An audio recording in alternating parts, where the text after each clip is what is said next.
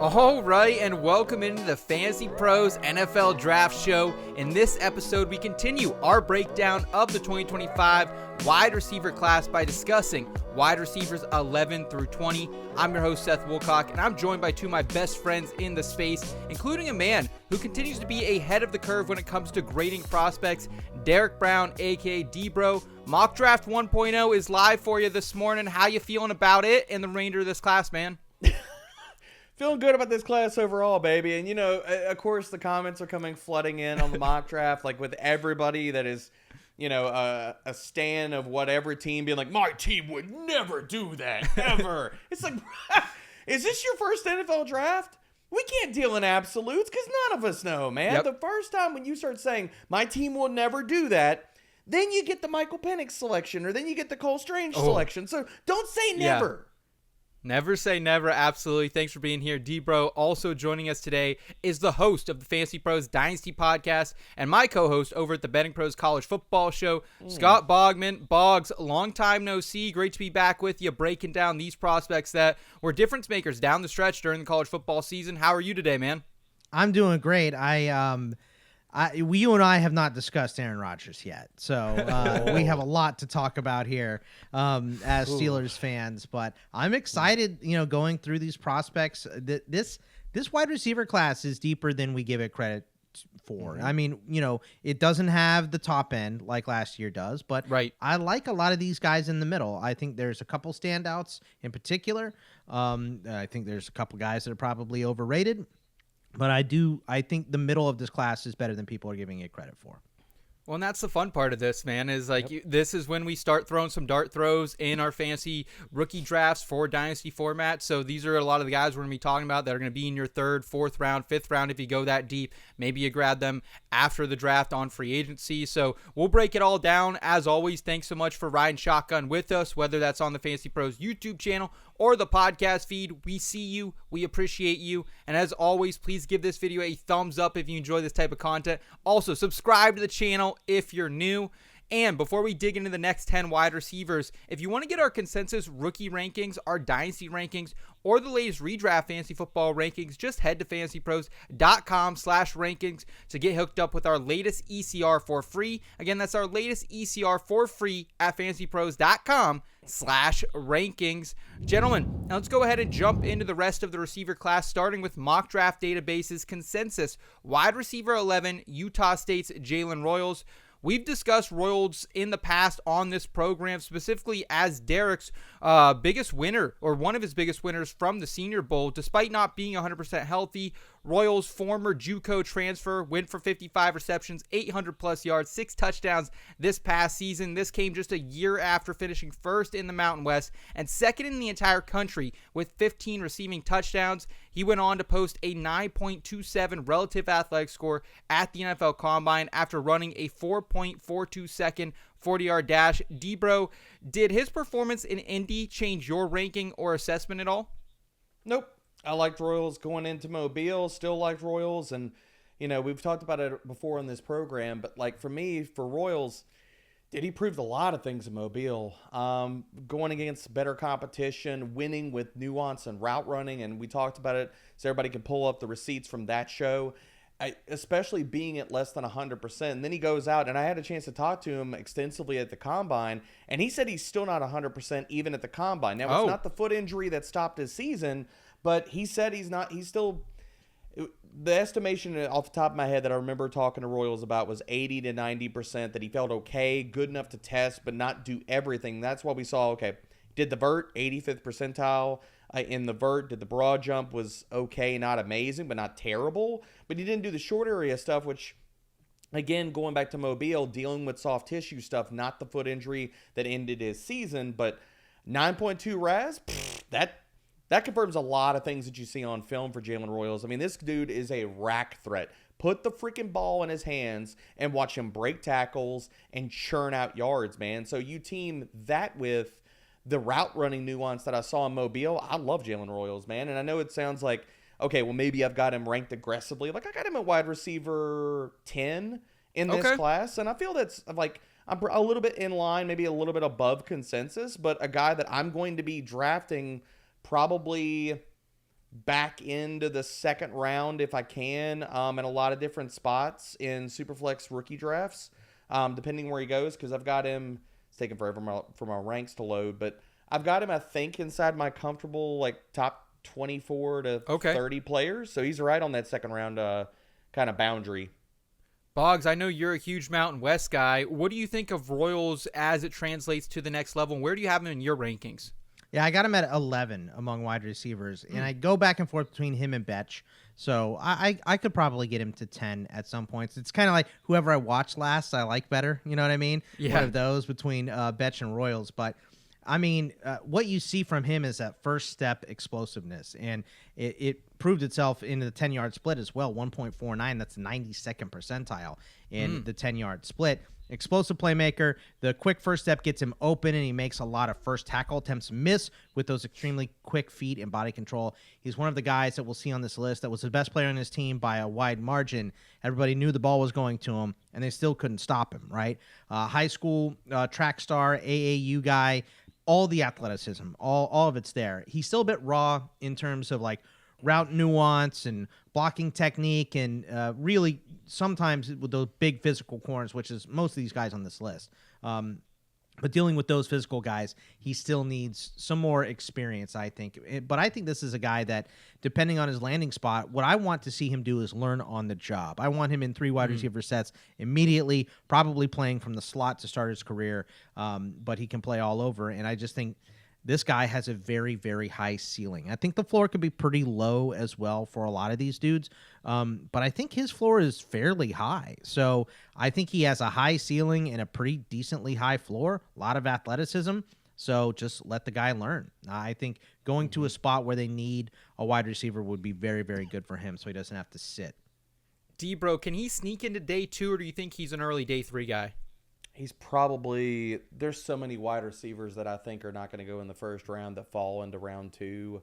I think he's probably a late or a midday 2, somewhere in the 3rd round. And I wouldn't be surprised if he drops into the 4th round, just because he's not a guy – again, like we're talking about, went to Utah State, came out of Georgia Military Academy before then, so a no-star prospect. So not one of these guys that the helmet thing is going to help his draft stock. You know what I mean?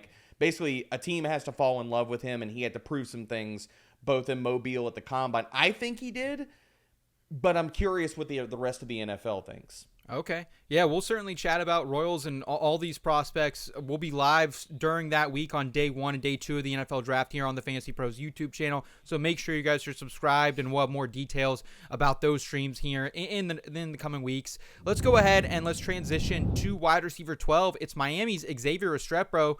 This is the 5th-year senior who returned to South Beach for another season in 2024, where he became Cam Ward's main man, racking up an ACC-leading 1,127 receiving yards, 11 touchdowns. He was also named a consensus All-American as a result. Restrepo didn't test at the Combine except for the bench press, but he did weigh in at 209 pounds, 14 pounds heavier than his listed playing weight at Miami. Does that matter for you at all, Bogman? And where are you overall on the former 3-star recruit? Yeah, this is pretty easy. The first 2 I do have in order, 11 and 12 here. Oh. So I love Restrepo.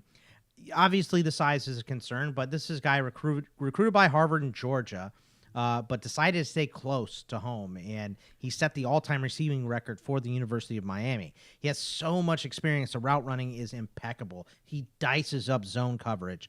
He's finding the weak spot. He runs himself open. He's stronger than his size would indicate. He sticks to the play when it breaks down. Obviously, we saw a lot of that from Cam Ward this year, and Restrepo was a huge part of Cam Ward's success this year. But I think the size is obviously the big concern. He's not really a field stretcher. He's not going to burn past guys, and another dude that really has a hard time with physical DBs. So I think he's limited physically, but we've talked about that with so many successful slot wide receivers. They are somewhat limited physically, right?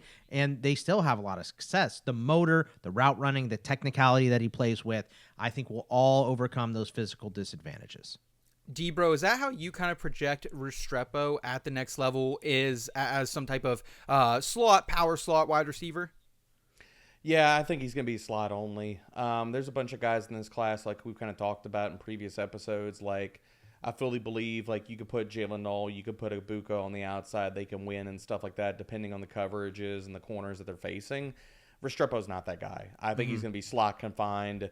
I was very disappointed with how he performed in Mobile in the one-on-ones, which, if you're talking about, okay, even if it's a level playing field, which it's kind of not. I mean, those drills are kind of more centric to the wide receivers, and you see guys, gaining separation.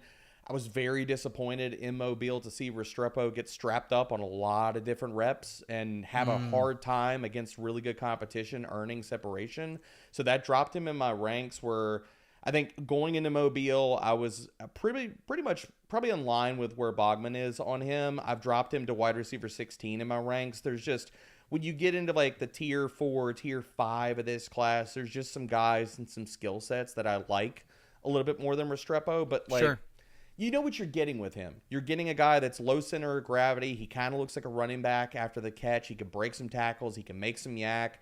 But again, not a guy you're going to be asking to stretch the field, even down the seam. I mean, it's all underneath stuff, and really, you're asking him to break some tackles, and he can do that, man. Like when you see him on the field, and one of the things that stuck out to me, and that's one of the great things about seeing these guys live, is body composition. What are you seeing? Like, are they rocked up? Are they thin?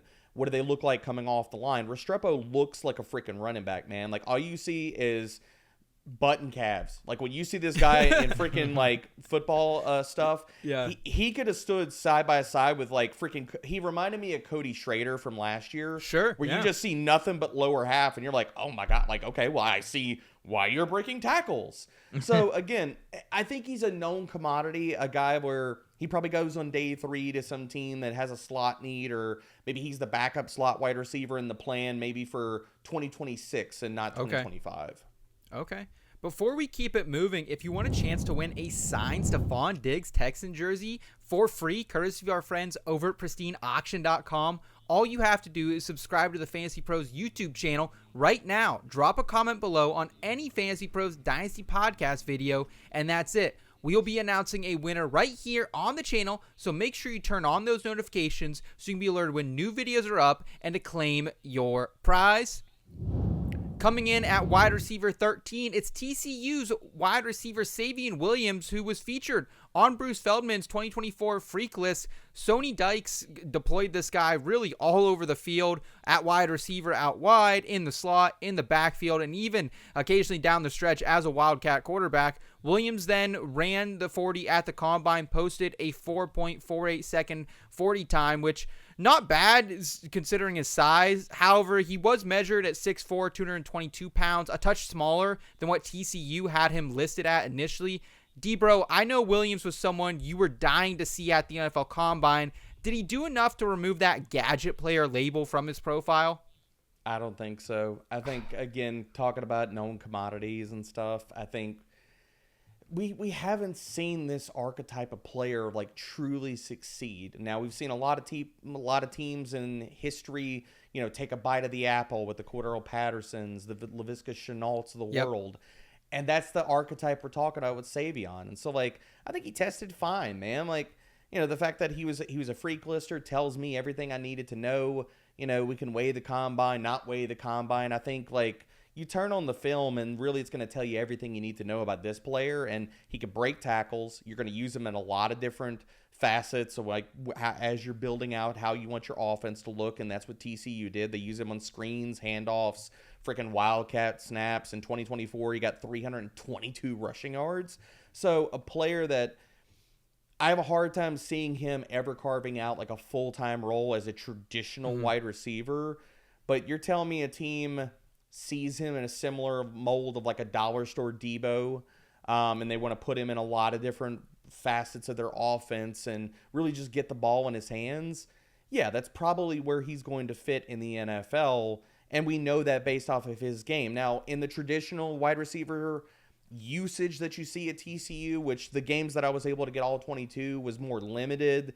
These just happen to be the games where he was getting a lot of that scheme production, a lot of the crazy kind of usage in the offense.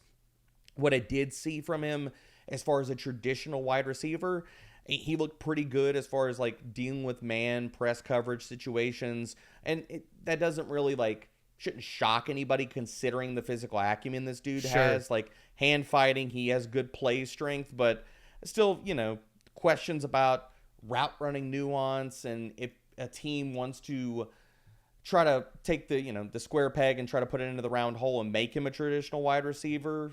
That hasn't gone too well as historically for this archetype of player, and that's not how I'll project him at the NFL level. Boggs, how do you feel about Williams? Because before the season, he was the hot name at TCU that everyone knew about, and Jack Besh kind of stole some of that spotlight this season. Yeah, Besh really came over from LSU and was awesome. Savion Williams, and the first time I heard this comp was from our boy Pat Fitzmaurice. I've heard a lot of other people say it now. Cordell Patterson, right? A guy that is extremely physically gifted, over 80 percentile in height, weight, 10-yard split, over 50% in 40 in arm length, right? 6'3", 222, big rocked up guy. Played QB in high school, switched to wide receiver in college, which is why they put him in the Wildcat, and they can use him all over the formation. But I just, he doesn't have the experience at the position. His routes are not crisp, and really the worst part of his game is his hands. He has stone hands, and he gets them in the right position, but for some reason, I don't know if it's concentration, I don't know if it's repetitive, but reeling in catches can be an issue for him, and he really doesn't have a lot in terms of blocking. Specifically at his size, it's kind of surprising to see him not blocking very well, because with his size, it should just be get in the way, but he needs to refine that as well. So I think he has so much upside, but there are many athletic players that have a ton of upside that just don't make it in the NFL, right? So for me, I have him at wide receiver 16. I think there's a ton of upside here, but I think he's a project. So I think he needs to be in the mid-teens. I'm at wide receiver 15. I'm with you, Boggs, and that's a good shout out about the drops and stuff like that. I'm not gonna. They are very different players, but anybody wanting the loose comparison between him and QJ coming out of TCU, like, bro, a 10.4% drop rate in college, it's not good, dude. A lot of drops. It's not good. Yeah, definitely. If you're taking him in your dynasty rookie drafts, I think you have to be really patient. Hopefully you have a deep bench, maybe a really deep taxi squad as well. I think that's the only way you're going to find potential future value with someone like Savion Williams. Tracking as the wide receiver 14 is Oregon's Tez Johnson. After 3 seasons at Troy, being one of the top wide receivers in the Sun Belt Conference, Tez transferred to Oregon, where he posted over 2,000 yards, 20 touchdowns for the Ducks over the past 2 seasons. He also proved to be dynamic with the ball in his hands as a punt returner as well. However, absolutely brutal combine for the kid, weighed in at just 154 pounds and posted an ugly 7.66 RAS as well. Bogman, without showing elite speed, and he broke D-Bro's cardinal rule of weighing under 160 pounds. I'm out on Tez, translating to the next level. Where do you stand, man? Someday I would love to break D-Bro's cardinal rule and weigh under 160 pounds. It's not going to be today, I'll tell you that much. But look, the 40 was bad, and he's way underweight. 157 is incredibly skinny. Not unbelievably short, 5'9", I think he's okay there. But the broad jump was good. The 3-cone was great in the 90 percentile. The 10-yard split, the vert, the shuttle were all in the 70+. But the arm, height, weight, wingspan under 15 percentile, just not good physically to fit in the NFL. And he spent his first 3 seasons at Troy. He went to Oregon to be with his adopted brother, Bo Nix. He plays way faster than the time speed. I'll say that. And he's got a ton of wiggle, like you mentioned, punt and kick return. He's going to at least get those to start his career. And unlike Savion Williams, he catches everything he gets his hands on. So he has vice grip hands for a guy of his size. But being in the 1% first percentile in weight, I think he's just really he's slot only, and he's going to struggle there at times. So I have him at wide receiver 22. You cannot doubt the athleticism that he has, even though the speed didn't show up at the combine. I think he plays way faster than that speed.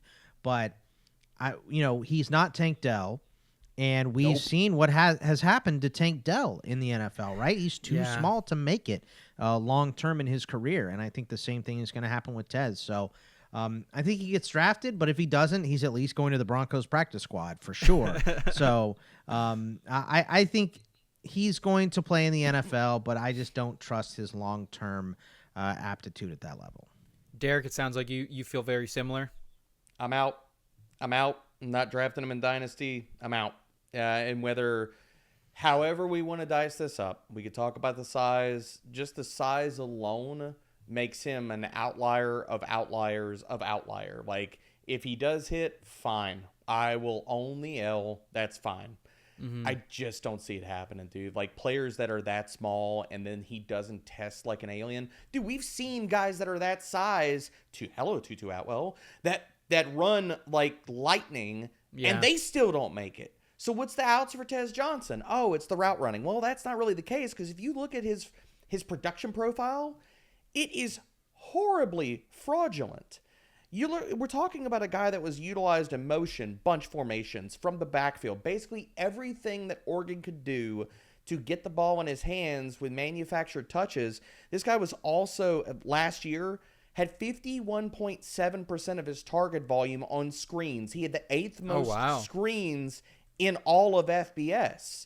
So you're talking about, is this a player that necessitates or demands, if you draft him, like he demands that you use him in that type of role, because that's the way he was used in college. Well, there's one thing, D, bro. It's like, if you're on the field constantly and you're motioning, then you're a problem for the other team. But at the NFL level, we don't think he's going to be on the field every single snap, right? So when he comes into the game, you telegraph what you're going to do with him. So is he good enough to get that type of usage too? Because the other thing about it is, like, okay, Oregon used him in that way also to get the ball in his hands, but that's also an indictment of his skill set and his size. Is he talented enough or a good enough physical specimen to necessitate or demand from an OC to carve out this spot in an offense, to manufacture these types of touches? And I think we can all agree it's emphatically no. So you're talking about basically, like, I wouldn't be surprised if a team takes a swing on him late. I also wouldn't be surprised if he goes undrafted, considering everything we've talked about here. Yeah, I would hate to see it, man, especially, I mean, this guy absolutely I'm not trying to shade the kid. I'm just being Yeah, honest. no, and that's what we have to do here. We have to keep it 100%. And, I mean, Boggs, you remember he tore up my Penn State Nittany Lions in that Big Ten championship game. Dude could not be stopped. But when it comes to translating to the next level, it feels like we're out.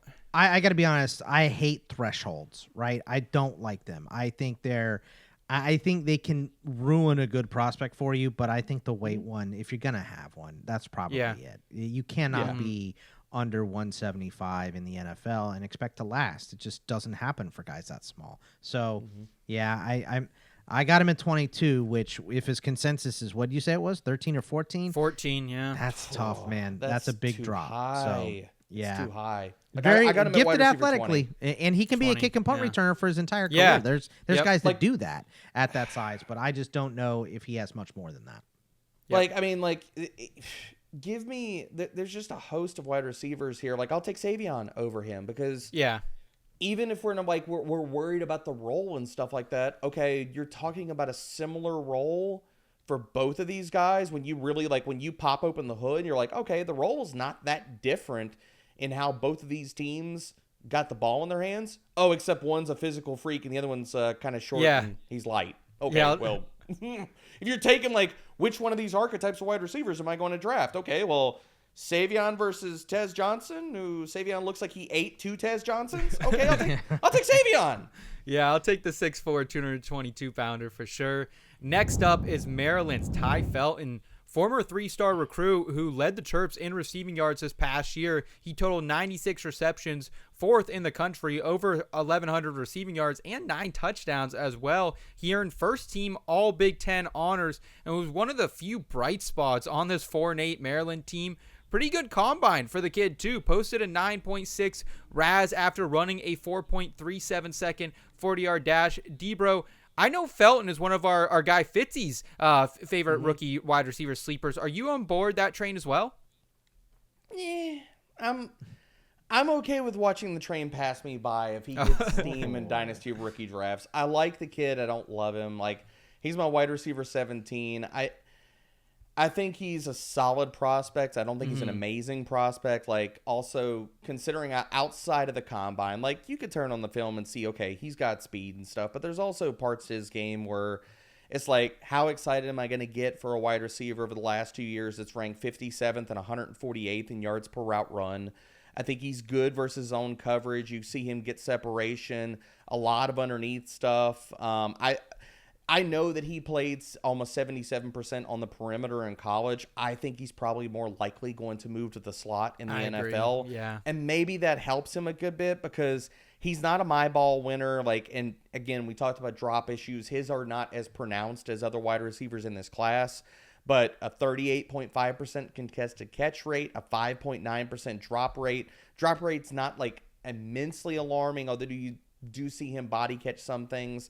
A lot of things with Ty Felton is he just reminds me of like one of these guys that's probably going to be a solid like wide receiver 4 for an NFL team, and not like just a monster producer for fantasy. What do you think, Boggs? I like Ty Felton. I got him at 15. He's off the charts athletic, 90% in the broad, the vert, and the 40. The size, unimpressive, under 15% in weight, arm, and wingspan. But I think the blend of body control and athleticism is really what makes him dangerous. And he uses strong body control to lean on defenders and routes, pop out, bring the ball in. He's constantly finding the soft spot against zone and using that burst once he gets the ball in his hands. He can wind up wide or slot. I think there's options for him at the next level. But like Debro said, the hands aren't special. He does have a not concerning, but a higher than you would like drop percentage. But he comes up with the big ones. I feel like the big hitters, the ones that are downfield. But as Debro mentioned, I think so many screens probably inflated his production numbers. So I think when you look at his numbers and they pop out and all the accolades he has, I think he's a little inflated because of those screens. Obviously, the contested catch rate of 38.5% in college is not good. So he probably needs to play more slot. But I just think that the floor is crazy high with him, with his ability to run routes and have that body control and make the big catches. I think he's probably a team 3 at his floor, once we get rolling. But I think that he could be a team 2. Like, I think he can go either way, but I think the floor is very good for him if he doesn't get injured quickly in the NFL. So I think he's a pretty safe prospect here. Okay. At wide receiver. Solid call out. No, sorry, Seth. I just wanted to highlight. I didn't bring it up when I was talking about him, but really good point by Bogman, because I was just kind of knocking Tez Johnson for all the freaking screens. Well, the guy right behind him in FBS last year was Ty Felton. Yeah. He had 31 screens, 9th most in FBS versus But the difference Tez Johnson, is 32. The difference to me is Ty Felton could be on the field for every type of play. Tez can't. So, Fair. You can run those screens. He can be your screen guy. You don't have to run him every play. But when you bring a guy off the bench onto the field that only runs screens, you probably know what his route's going to be. So I think Ty is way more dynamic than Tez. No, that's fair. At wide receiver 16, we've got Colorado State's Tory Horton. The former Nevada transfer was rated as a top 100 player coming into the 2024 college football season after back-to-back years of over 1,100 yards and 8 touchdowns. However, he suffered a season-ending knee injury just 6 games into the year. Ultimately, he finished his college career with the 3rd most receptions, 4th most receiving yards, and 7th most receiving touchdowns in the Mountain West all time. Horton was able to make it back for the Combine as well, posted a 4.41 second 40 time, a 9.71 RAS. Bogman, Horton is perhaps my favorite wide receiver we're discussing today, and is someone I'm targeting in all of my last rounds of Dynasty rookie drafts. Are you on that train as well? I'm not. This is the train I'll let pass by. Now, I do like him. I think he's a very strong player. I really hate that he got hurt, and we didn't see the growth really from him at the end of the season. But I mean, to come back after having knee surgery in October and run a 4.41 at the Combine and put up 65% percentile in the 40, the vert, the 10-yard split, and his height. I think all of that, adds up to a very good profile. And he's a great deep threat, long strides when you watch him. Those things help him pull away quickly. He gets in and out of his routes real well. He's a great tracker of the deep ball, incredible hands. Show him making strong plays downfield, and his contested catch wasn't amazing, but it was a shade over 50% in his career. And he switches from the catch to looking downfield so quickly, and he was 11th in YAC in 2023. So this guy with the ball in his hands is dangerous, but I'll say the negatives on him outside of just the injury, but skinny frame, he gets pressed against physical corners. He's, obviously coming off the injury. The burst is great, but the long speed, it probably isn't. I don't think he has a very refined route tree. I think it's kind of, running flags, running posts. He needs to build on that a lot. And I think the effort wanes, particularly when the ball isn't coming his way in terms of blocking and setting up things for other players. I think his effort does wane there. He has concentration drops when he's getting too excited about running downfield with the ball in his hand. So if he is 100% by the time the season rolls along, he can be plug and play for those intermediate and deep routes already. I don't like his short game, and I really don't like the effort waning on plays where he's not getting the ball or not involved in the play. So sounds like a Steeler. He does. It sounds like Pickens. He's Dollar Tree Pickens. I got him at 20. Okay. Debro, how do you feel about Horton? And does anyone have any information whether that was like a clean ACL tear, what the injury was? Because I couldn't find it. Same here. I've been trying to scour the internet for days, and I couldn't, how college football reports I'm going to guess right? it's an MCL. Okay. Because he's back already. He had surgery for it. I think it's an MCL. Okay. Debro, your thoughts on Horton here? I wasn't able to find anything specific about what injury, because, again, college injury reporting is a freaking mess. Especially in the Mountain West. Yeah, dude. It's such a mess. I will say I'm higher on Tory Horton than Bogman is. I got him at wide receiver 13. He's in my tier 4. I like the skill set, man. Like, he reminds me of kind of that clasher kind of build, like whether you want to go with Marvin Jones at the high end or Michael Gallup. Like, that's the kind of guy he reminds me of. I mean, and Bogman laid this out, like, big galloping physical wide receiver, man. Like, high cut. His missed tackles force ability, I think, and his strength after the catch, I like it a little bit more than Bogman does. Like, we're talking about a player that, like, in 2023, he was 16th at missed tackles forced. Wow. Now, he does have his hips are a little bit tight, but dude's got quick feet, and he utilizes them well to kind of get himself out of some pinches with the hips and stuff. Like, you're not going to see him sink his hips extremely well on comebacks and curls and things like that. Sure. But can he flip them really fast on in breaking routes and stuff? Yeah, he can, man. So, and I think he offers a decent amount with YAC and stuff. Not like amazing, but I also like his hands a little bit more than Scott here. Because he only had like really one season that's just dragging down his entire collegiate profile. Like, we're talking about over a 5-year career in college, 1 year with just a ghastly 10.1% drop rate. The other 4 seasons, we're discussing a player that was sub 5%, like 3.8, 4, 3.7, 4.8%. So I'm not that worried about his hands. I do think that he tested a little bit better at the combine than I was thinking he was going to test. Like, I mean, testing at all was pretty impressive. No, it was. And I mean, especially to go out there and he runs a 4.41, like on film, I think he's more of a build-up speed and a 4.5 guy as far as like looking at game speed for him. But the testing, I mean, a 9.7 RAS says enough, man. Like, so, I don't think that, because there are guys where you see them go and you see him test at the combine and you're like, oh, wow, holy crap. Like, this guy, like, maybe I need to go back to the film. There are other guys where those metrics, like, don't always necessarily translate to the film and to the field. So I like Horton a good bit, though. Okay. All right, dollar store George Pickens. I like that. That's gonna be Aaron Rodgers' next target out there in the Berg. We're calling it now. By now, most of you probably already heard of Reality Sports Online, the powerful fantasy sports platform where owners get to build and manage their fantasy teams like an NFL general manager.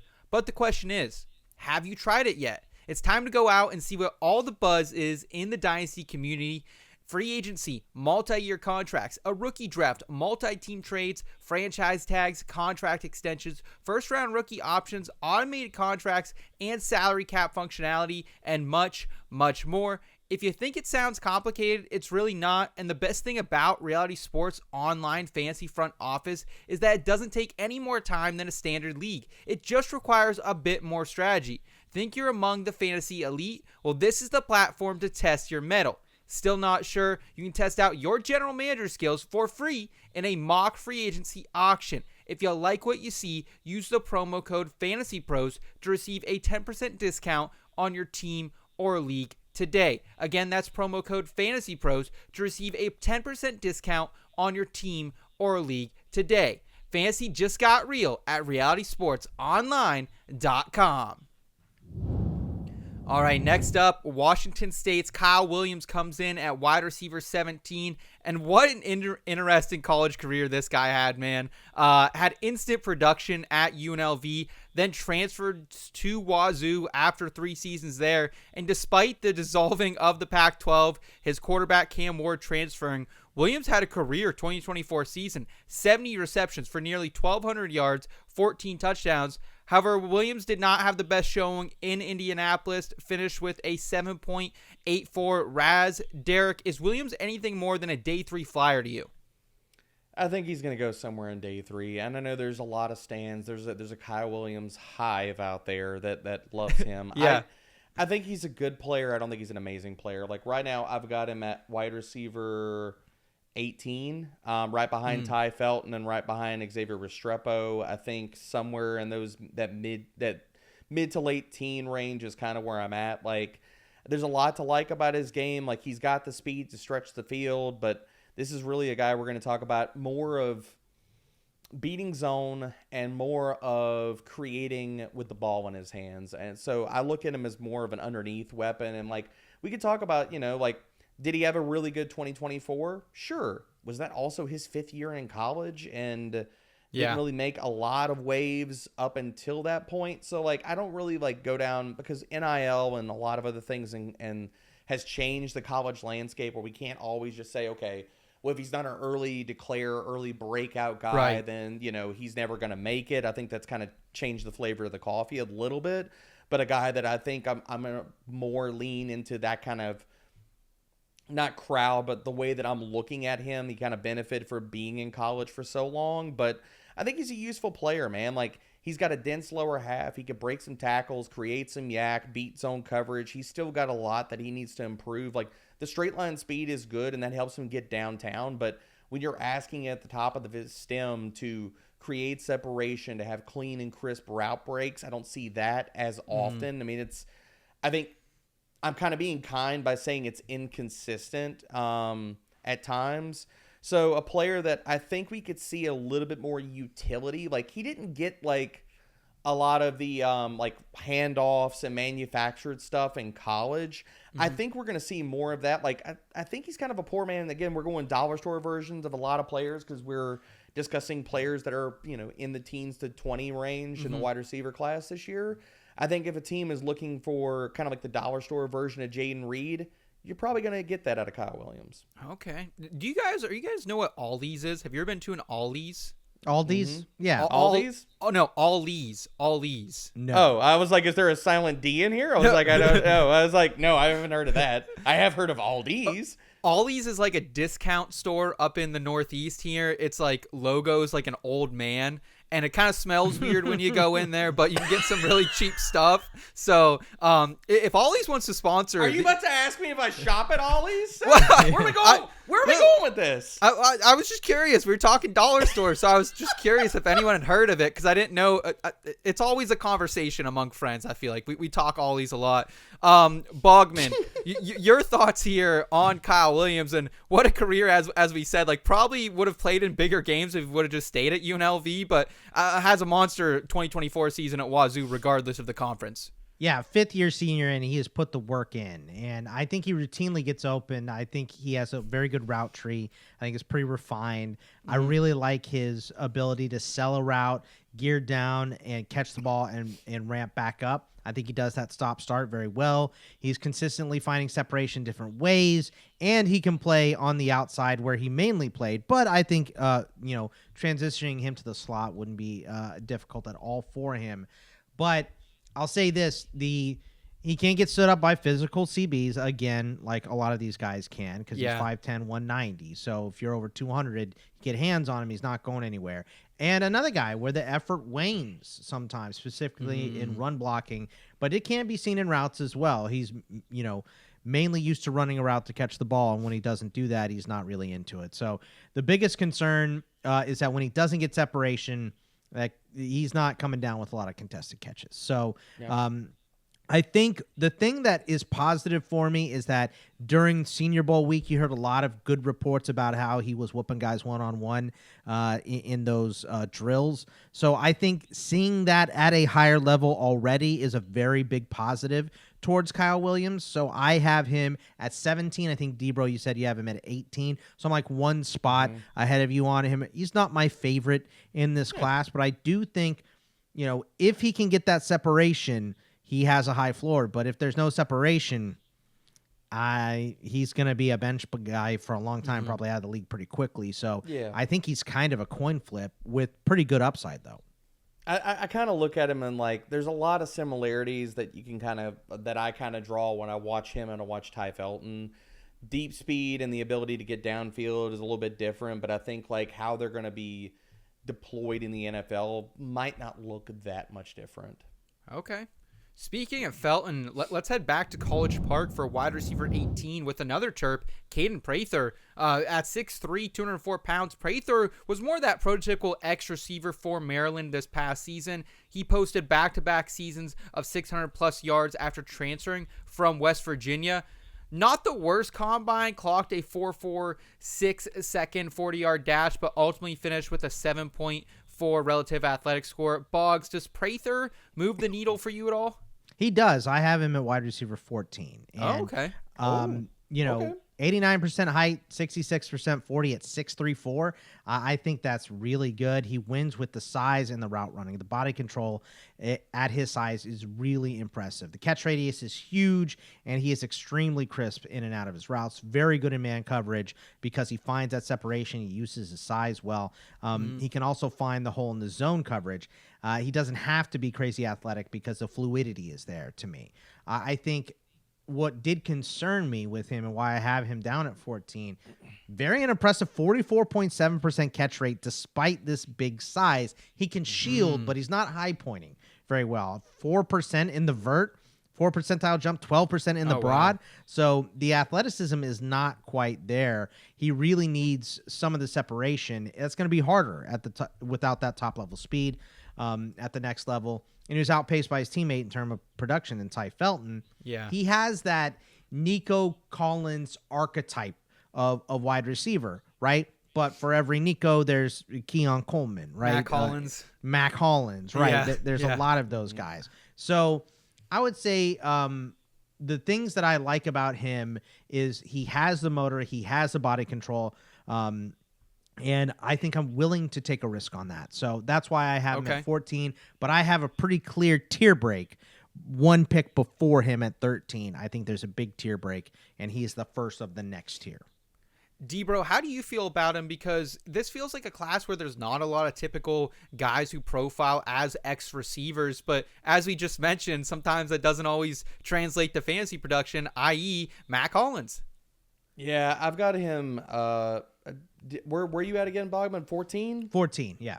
Yeah, I feel like, okay, so I've got him in the area code of a lot of guys that we can have a very similar conversation with. Like, I've got him, and we're going to talk about him here in a second, but I've got him in the same tier as Pat Bryant, Brew McCoy, like big-bodied, like clasher X-receiver types, and he's at the bottom of that tier. So wide receiver 23 for me. And it's just... I'm not wowed by any part of his game. I mean, the analytical profile doesn't stand out. Like 240th, 153rd in yards per route run over the last 2 years. You look at his collegiate career. I mean, 1 year above 1.7 yards per route run. That's really not amazing. Sure. 24 missed tackles over the longevity of like 4 years in college isn't crazy. You're looking at the archetype of player. Okay, well, at the catch point, 44.7% contested catch rate. I just look at him as a big body clasher kind of guy, like possession receiver. His hips are pretty fluid, and that kind of helps kind of cure some of what ails him as far as like foot speed, because while I know that he ran the 4.46 40, it's build-up speed, dude. Like, you look at him, like, he's not offering much of anything after the catch. Like, 4.5 yards after catch per reception. So, really a possession guy and a station-to-station guy. And again, the build-up speed also shows up in his testing. Like, his 10-yard split, while his 40-yard dash was 84th percentile, his 10-yard split was 73rd percentile. So, like, not terrible in any way, but, like, it does show up on the film where... if you get him moving linearly, like get him on crossers, get him down the field, like, can he win back shoulder balls? Sure. Is he a guy where you're going to ask him to run like a lot of hitches and a lot of start-stop stuff where, okay, we want you to produce after the catch? Just not part of his game, man. So, like, for me, I would feel a little bit better about Prather. He doesn't really have the overall skill set, and where I think like he's going to demand that an offensive coordinator does this with him. But for me, I'd feel a lot better about him if you made him a big slot, like make him where and then maybe you see like a Geronimo Allison type of kind of career arc for him, but not really somebody that where I'm going out of my way to draft in Dynasty. You're going to call him Devin Funches next? Jeez, Geronimo Allison. I mean, going back to that the guy Illini. burned are we man. feeling great about like the big body X guy that tested with a 10th percentile vertical jump and a 22 percentile No, I broad jump? Like, the explosion's not there, dude. I understand your trepidation, and like I said, I do have a big tier break between 13 and 14 for him. Our next guy is my 13, by the way, but that tier is 14 to 21. So you having him at 23, I could easily slide him down the board in that group. So I just think you can't teach you can't teach the size. So I have the size guys a little bit higher. Man, Geronimo Allison burned me in 2019. I will never forget that. I had crazy exposure to him, man. And I remember that was like, is it going to be MVS? Is it going to be Geronimo Allison? You just liked his name. Geronimo's an awesome name. I didn't mean to knock him off your board, Seth. That's okay. Apologies. That's all right. No worries there.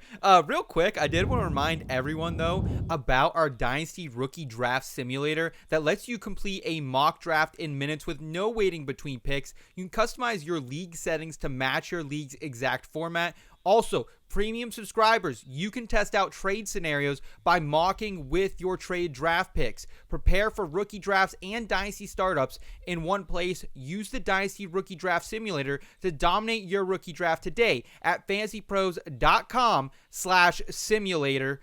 I love the simulator. This is one of those things, like, maybe if I pick I finish my work like 5 or so minutes early before a meeting, I'll just hop into the simulator. I'll get that fired up and get a little mock going on. So, guys, we have 2 wide receivers left, starting with one of my favorites in this class as well, Pat Bryant. He played the flanker at Illinois. He led the team with 984 receiving yards, 10 touchdowns, finished top 5 in the Big Ten in both those categories. Not the best combine for Bryant. He came in an inch shorter than what he was listed at and ran a 4.61 second 40-yard dash. D-Bro, do you have any interest in Bryant as a Dynasty rookie draft dart throw? Someone you're maybe mocking? Yeah, I've got some interest. I'm like, it's not a ton. Like, I've got him at wide receiver 21. Again, I think if now out of these the big X guys that are lower in this class, yeah, I mean, he's probably my favorite guy. So I will say that, like, because there's a lot to like about whether his analytical profile, how he tested. If anybody thought he was going to go out and run faster than like a high 4.5, low 4.6, I don't know what you were watching on tape, and that's what he did at the combine. So like the 4.62, whatever, that doesn't matter to me. Like it shows up in his film and kind of like the body type, the archetype of player that he is. Again, going back to it, he is the big-bodied X-clasher type. Like he has to win at the catch point. And honestly, his play strength is pretty freaking good, man. Like we're talking about a player that he's a bully after the catch, 13 missed tackles forced on only 54 receptions last year. Again, can you use him down the field more than, say, somebody like we're talking about, like with Prather? I think so, because I think he's a better ball winner, like at the catch point. It shows up in his analytics. I think, like, with his play strength, he can create a little bit more after the catch, even though he's not fast. But probably a guy that we're looking at NFL archetypes and fits and stuff like that. A player that is going to be asked to play X in the NFL and probably stretch the field. Now, is he going to be a full-time player? I think probably not. Probably a solid wide receiver 4 on most NFL depth charts, but there's a lot to like about Bryant's profile and his skill set. Boggs, we saw a quarterback from Illinois, Luke Altmaier, take a huge step this past year. Bryant, a big reason why. It sounds like you're in on him as well. Yeah, for sure. I mean, like I said, this is why there's a big tier break between him and Prather for me, is that Prather doesn't have the athleticism at his size, and Pat Bryant doesn't have the speed, but 75% out on the vert, 70% in the broad. He plays way bigger than his size, too. 69% catch rate and contested catch rate in 2024. Incredible body control and getting leverage in contested situations, making an adjustment to a ball throw behind him or ahead of him. The vert comes in handy when he can go and high point the ball in one-on-ones with those corners, and great hand fighting when the ball's in the air, and finishes every catch, like Debro mentioned, with punishing hits and stiff arms and trying to get all the yak that he possibly can. I love the motor on this kid. Now, for a big guy, he can get jammed at the line against a big physical DB, so he needs to get a little stronger, but I don't think adding weight onto this frame is going to mess with his game at all, because he's not a speed guy anyway. So let's add some muscle. I think he can become more dominant there. He doesn't have the speed to separate or make up ground when he gets jammed, so that is an issue. And he does take a second to get going full speed. So the speed is usually that's the thing that people are going to knock on him. But I think he's a contested catch perimeter machine. I think the ceiling may be capped because of the long speed, but the big plays are there. And I think if he can play immediately, if he goes to somewhere that is in desperate need of a wideout, Tennessee, Vegas, the Giants, Carolina, Seattle, New England, I think those are all good situations for him right now, and he's a guy that turns a 50-50 ball into a 70-30 ball, as expressed by his 70% contested rate last season. So I'm pretty excited about Pat Bryant. I think if he ends up in a situation where he can start, I think he could become a great wide receiver in the league, but there is some Cedric Tillman to him as well, where he's got the size, he can go get the ball, but I don't know if it's enough to get him on the field immediately. Round 4, round 5 guy probably? Is that what we're thinking draft capital wise? Yeah. I think round 4 for him. I think probably top of round 5. But same, Okay. I mean, Yeah. we're in a similar range. Yeah. So we're splitting hairs. Let's go ahead and round out the program with Tennessee's Dante Thornton Jr. and talk about a big play waiting to happen. This guy was 4th among Vols wide receivers in receptions this past year, only had 26 of them, but he led the team in receiving yards with 661. I mean, he was good for the nation's best, 25.4 yards per reception. His speed on full display at the combine as well. He was clocked at a 4.3 flat, 40 times second among wide receivers. And he's also not your traditional speedster either. This guy's 6'5", 205 pounds. Boggs, do we maybe have something here with Thornton at wide receiver 20? I don't think so. I mean, maybe. I like him more than you do, Bogman. I do. I think he's a one-trick pony, and I got fooled on this Jalen Hyatt thing out of the Tennessee offense as well. So, look, size and speed are there. He has them in bunches, and those are hard to teach. He's going to get drafted higher than he probably should. He's a home run hitter. Only 26 catches senior year, 39 catches the previous 3 seasons, but obviously averaged 25.5 yards per catch last year and 21.9 per catch over his collegiate career. That's incredible. Yeah, it's crazy. But I think in terms of fantasy, right, this is a one-trick pony. This is your MVS, right? Probably better hands, but that's what he is. He struggles to be consistent, to get separation, and that's not going to get easier at the NFL level. So, I think Deontay Thornton might be like Tyquan Thornton a little bit, right? A guy that put up an incredible. I mean, look, there's different ways for these guys to go. I think MVS would be a great outcome for Thornton here, right?